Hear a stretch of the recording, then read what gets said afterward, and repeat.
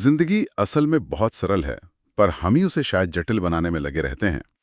आज हम जिन विचारों पर गौर कर रहे हैं, way the grace of spiritual simplicity के कुछ अंशों से लिए गए हैं, और ये हमें एक बहुत ही बुनियादी सवाल पर सोचने के लिए मजबूर करते हैं। तो आज की हमारी पड़ताल इसी के इर्द गिर्द घूमेगी कि सरलता का असली मतलब क्या है, ये आज की भागदौड़ भरी दुनिया से गायब क्यों हो रही, और क्या वाकई से वापस पाया जा सकता है। और यहाँ सबसे दिलचस्प बात यह है कि ये स्रोत सरलता को सिर्फ एक मिनिमलिस्ट लाइफस्टाइल तक नहीं रखता। हाँ, सिर्फ कम सामान रखने तक नहीं। बिल्कुल, ये इसे एक बहुत गहरी आध्यात्मिक और मानसिक अवस्था मानता है। बात से बाहरी चीजों की नहीं, बल्कि विचारों को शुद्ध रखने की है, अपने अपने अस्तित्व के केंद्र के करीब होने की है। तो चलिए सबसे पहले इसी को समझते हैं। स्रोत के हिसाब से सरलता है क्या? क्योंकि स्रोत साफ कहता है कि सरलता का मतलब पिछड़ापन या नासमझी नहीं है। नहीं, बिल्कुल नहीं। इसका मतलब है फालतू चीजों को हटाना, ताकि जो जरूरी है वो साफ साफ दिखे। एक बहुत अच्छी लाइन है उसमें, अनावश्यक खत्म हो और आवश्यक प्रत्यक्ष हो सकें। ये हमारे अंदर की सफाई जैसा है। अंदर की सफाई। हाँ, जैसे हम घर से कबाड़ हटाते हैं, वैसे ही मन से गैर जरूरी सोच, चिंताएं, ये सब हटाना। और ये सिर्फ विचारों तक नहीं रहता, ये हमारे व्यवहार में भी झलकता है। अच्छा जी, स्रोत कहता है कि जब शब्दों में सरलता होती है तो व्यवहार अच्छा होता है, और जब मन सरल हो तो व्यक्तित्व में एक अलग ही नेकी आ जाती है। हाँ, स्रोत में एक बहुत सुंदर उदाहरण भी दिया गया है। लिखा है कि उन्होंने सरल स्वभाव वाले लोगों को कोहिनूर हीरे जैसा दिव्य व्यक्तित्व बनते देखा है। ये बहुत बड़ी बात है। बिल्कुल, यानी सरलता कोई कमजोरी नहीं, बल्कि एक बहुत बड़ी ताकत है। वो अपनी आत्मा के केंद्र के उतना ही करीब होता है। अब ये सुनने में थोड़ा भारी लग सकता है कि आत्मा का केंद्र क्या है। हाँ, यही मैं पूछने वाला था। इसका रोजमर्रा की जिंदगी में क्या मतलब है? आत्मा के केंद्र के करीब होने का एहसास कैसा होता है? इसे एक शांत झील की तरह समझिए। जब पानी में कोई हलचल नहीं होती तो आप उसकी गहराई तक साफ साफ देख सकते हैं। हाँ? हमारा मन भी वैसा ही है। जब वो विचारों की जटिलता और तनाव से भरा होता है तो हम अपने असली स्वभाव को महसूस नहीं कर पाते। सरलता वो उस मानसिक शांति की तरह है जो इन लहरों को शांत कर देती है। और जब मन शांत होता है तब हमें अपने अंदर की सच्चाई का एहसास होता है। वही है आत्मा के केंद्र के करीब होना। ये तो बहुत अच्छी तरह से समझाया आपने। मतलब सरलता एक तरह का मानसिक फिल्टर है जो शोर को हटाकर सिग्नल को साफ करता है। एकदम सही। और स्रोत इस विचार पर बहुत जोर देता है कि सत्य हमेशा सरलता में ही मिलता है, जटिलता या भ्रम में नहीं। उसने सरलता की तुलना एक सुगंध से की है जो बिना बोले ही किसी की पहचान बता देती है।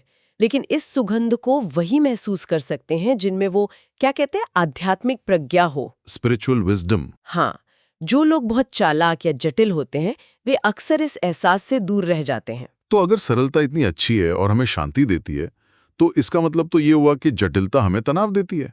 स्रोत इस कनेक्शन के बारे में क्या कहता है? स्रोत इसे बहुत सीधे तौर पर जोड़ता है। एक सीधा समीकरण है, जितनी ज्यादा सरलता उतना ही कम तनाव, जितनी ज्यादा जटिलता उतना ज्यादा तनाव। और विडंबना यह है कि आज के समय में इस व्यर्थ के तनाव को हमने सामान्य मान लिया है ना। बिल्कुल। ये तो मैं खुद महसूस कर सकता हूँ। कभी कभी एक ईमेल का जवाब देने के लिए भी मन में 10 तरह के विचार चलते हैं। क्या लिखें, कैसे लिखें, कौन क्या सोचेगा। ये छोटी सी बात भी बोझ बन जाती है।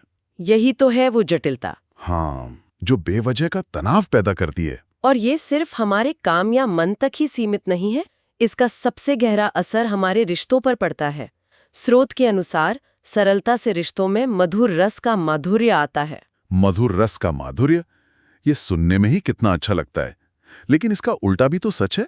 स्रोत चालाकी के बारे में भी बात करता है ना। हाँ, और वो चालाकी को सरलता का ठीक उल्टा मानती है। जहाँ सरलता रिश्तों को मीठा बनाती है, वहीं चालाकी उन्हें कड़वा और बोझिल बना देती है। बोझिल। जी। जब रिश्तों में हिसाब किताब, दांव पेच, छुपी हुई बातें आ जाती हैं, तो उनका असली सार ही खत्म हो जाता है। ये मधुर रस वाली बात बहुत अच्छी है।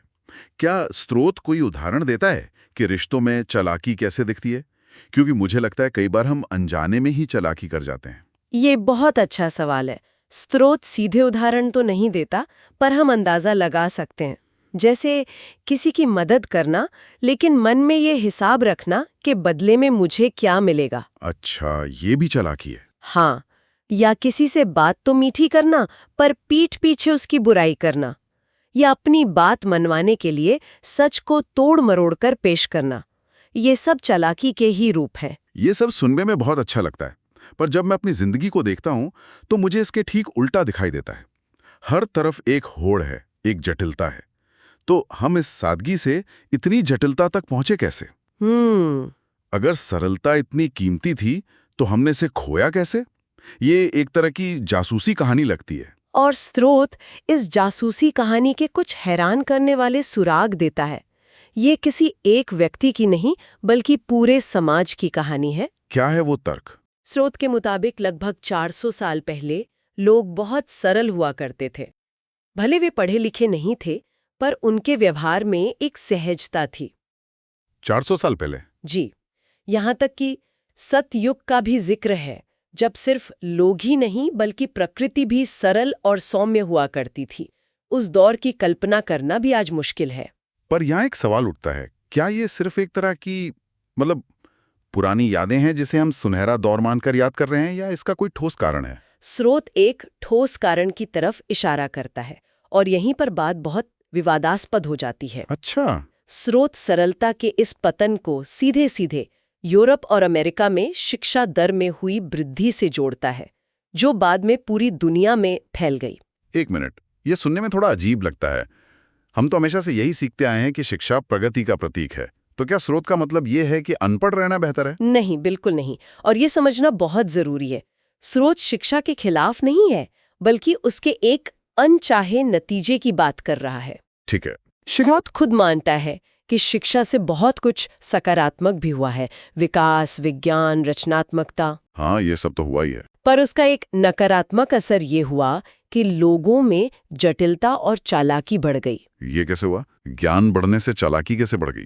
स्रोत के शब्दों में चालाकी को नेगेटिव किस्म की बुद्धिमानी कहा गया है। नेगेटिव बुद्धिमानी? हाँ, यानी जब बुद्धि का इस्तेमाल खुद को बेहतर बनाने के बजाय दूसरों से आगे निकलने, उन पर बढ़त बनाने या अपने स्वार्थ साधने के लिए होने लगा, तो वो ज्ञान चालाकी में बदल गया। मतलब ये ज्ञान का दुरुपयोग है, ज्ञान की समस्या नहीं। एकदम सही। शिक्षा ने हमें सोचने की क्षमता दी, लेकिन समाज ने हमें सिखाया कि उस क्षमता का इस्तेमाल दूसरों से मुकाबला करने में करो। यहीं से सरलता खोने लगी। तो समस्या शिक्षा में नहीं, बल्कि उस मानसिकता में है जिसके साथ हमने शिक्षा को अपनाया, जहां सहयोग की जगह प्रतिस्पर्धा ने ले ली। बिल्कुल। शिक्षा ने हमें विकल्प दिए और हमने अक्सर चालाकी का विकल्प चुना, क्योंकि हमें लगा कि दुनिया में आगे बढ़ने का यही तरीका है। तो इन सब का मतलब क्या है? अगर स्रोत की बात माने तो आज हम एक विश्वव्यापी जटिलता में जी रहे हैं। ये एक ग्लोबल समस्या है। ऐसे में स्रोत हमें सरल और तरल होने का पुरुषार्थ करने के लिए कहता है। हाँ, ये एक बहुत महत्वपूर्ण सुझाव है। सरल तो समझ में आता है, पर यहाँ तरल होने से क्या मतलब है? तरल का मतलब है विचारों में शुद्ध और व्यवहार में लचीला। लेकिन स्रोत ये भी मानता है कि ये आसान नहीं है। वो कहता है कि आज की दुनिया में सरल बने रहने के लिए साहस, विवेक और त्याग, तपस्या की जरूरत होती है। सही कहा, ये कायरता नहीं बल्कि आंतरिक शक्ति की निशानी है। और यहीं पर वो आम दुविधा सामने आती है जो शायद हर किसी के मन में आती है। और वो क्या है? वो ये है कि इतने चालाक और जटिल लोगों के बीच कोई अकेला व्यक्ति सरल कैसे रह सकता है? क्या दुनिया उसका फायदा नहीं उठाएगी? हाँ, ये तो सबसे बड़ा सवाल है। सुनने में तो अच्छा लगता है कि सरल बनो, पर असल जिंदगी में तो सीधे साधे इंसान को बेवकूफ समझ लिया जाता है। सही बात है। अगर मैं सरल रहूं और बाकी सब चालाकी करें, तो क्या मैं पीछे नहीं रह जाऊंगा? इसका क्या जवाब देता है स्रोत? स्रोत का जवाब बहुत गहरा है। वो कहता है कि जो सुख, सुकून और शांति सरलता में मिलती है, वो जटिलता और चालाकी में कभी नहीं मिल सकती। हो सकता है चालाकी से आपको कुछ वक्त के लिए कोई भौतिक लाभ मिल जाए, आप किसी से आगे निकल जाएं, पर आप अपने मन की शांति खो देंगे, और मन की शांति से बड़ी कोई दौलत नहीं है। लेकिन ये सुनने में थोड़ा ज्यादा आदर्शवादी नहीं लगता? असल दुनिया तो नतीजों पर चलती है। स्रोत इस बात को भी संबोधित करता है। वो कहता है कि अंत में हमारे अनुभव हमारी बाहरी परिस्थितियों से उतने तय नहीं होते जितने हमारी अपनी मनोवृत्ति और भावनात्मक नियत से होते हैं। हमारे इंटेंशन से। हाँ, अगर आपकी नियत साफ और सरल है तो हो सकता है कि आपको कुछ मुश्किलों का सामना करना पड़े, पर लंबे समय में आपके अनुभव शांतिपूर्ण और संतोषजनक ही होंगे। जबकि चालाक व्यक्ति भले ही बाहर से सफल दिखे, पर अंदर से हमेशा एक बेचैनी में जीता है। मतलब उसे हमेशा डर लगा रहता है कि कोई उसकी चालाकी पकड़ ना ले, या कोई उससे ज्यादा चालाक ना निकल जाए। तो चुनाव हमारा है कि हमें बाहरी सफलता चाहिए या आंतरिक शांति। हाँ, और स्रोत का मानना है कि सच्ची सफलता आंतरिक शांति ही है। तो आज की इस पूरी चर्चा को अगर हम समेटें तो मुख्य बिंदु क्या निकलते हैं? पहला तो ये कि सरलता सिर्फ सादा जीवन जीना नहीं है, बल्कि विचारों की शुद्धता और मन की शांति है, जो हमें हमारे आध्यात्मिक केंद्र से जोड़ती है। ठीक है। दूसरा, हमने ये देखा कि कैसे सरलता हमें मानसिक शांति देती है और रिश्तों में मिठास घोलती है, जबकि जटिलता और चालाकी तनाव और कड़वाहट लाती है। और तीसरा जो सबसे चौंकाने वाला विचार था कि सरलता का पतन आधुनिक शिक्षा के उस पहलू से जुड़ा है जिसने ज्ञान के साथ साथ नेगेटिव बुद्धिमानी को भी बढ़ावा दिया। और अंत में स्रोत एक बहुत ही आशावादी विचार के साथ अपनी बात समाप्त करता है। ये विश्वास दिलाता है कि भविष्य सरल चित्त वाले लोगों का ही उज्जवल होगा। ये एक बहुत बड़ी उम्मीद है। ऐसा क्यों कहा गया है? क्योंकि स्रोत का मानना है कि भविष्य में शांति और आध्यात्मिकता ही सर्वोपरि होंगी।